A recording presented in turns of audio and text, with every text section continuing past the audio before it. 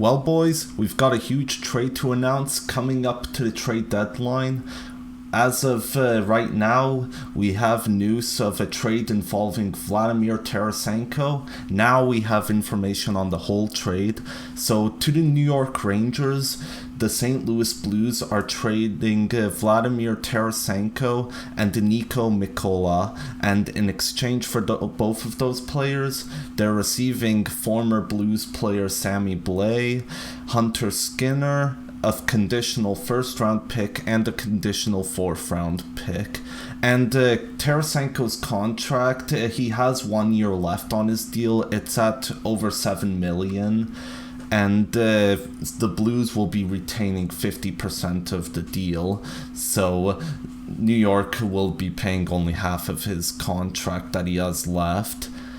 Now, for the condition of the first-round pick, it's New York, they have 2 first-round picks this upcoming draft. They have their own first-rounder pick, and they have the Dallas Stars first-round pick. The condition is that St. Louis will receive the latter of whichever draft pick it is. So, and it seems that New York is likely gonna make the playoffs now that they added Tarasenko to their team, as long as he's not injured a lot and they don't lose a lot of matches. New York should make the playoffs. And Dallas is currently leading the Western Conference, so the chances of them making the playoffs, like, there's no way they're not gonna make the playoffs. So certainly whichever pick the Blues are gonna receive, it's gonna be a late first round pick for sure. That's my first issue with this trade. Like, for what Vladimir Tarasenko is worth, like, he's definitely not worth a late first round pick. He's definitely worth much more than that. Like, they should have just asked for New York Rangers their own first round pick, because New York, they're just sort of they're third currently in the Metro division, so they could still be like near the middle. Like, they could be like just like 20th overall. Vladimir Tarasenko, he was drafted 15th overall when he was picked. I know that, I'm a Sens fan, but like I was saying, New York, like, they you could have just gotten their own draft pick from him.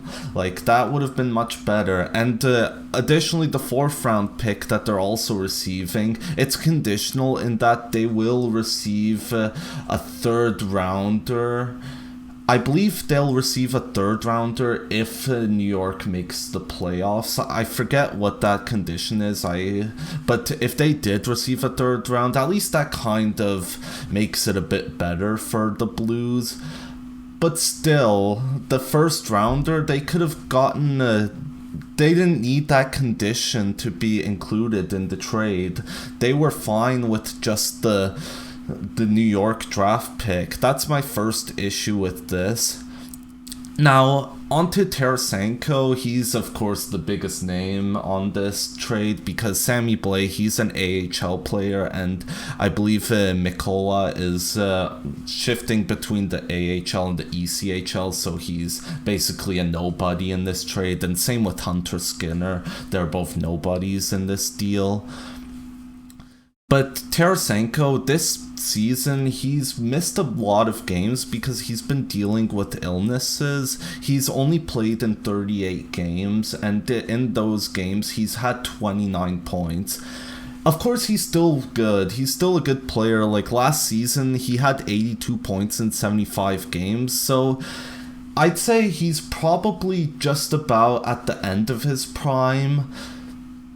But this is kind of a risk for the Rangers. Like, they're of course he only has 1 year left on the contract, so they might not end up re-signing him. But whoever ends up getting Tarasenko, it's gonna be a risk for them in the end, because he's definitely going to be asking for quite a bit of money, because when he's playing, he gets a lot of points.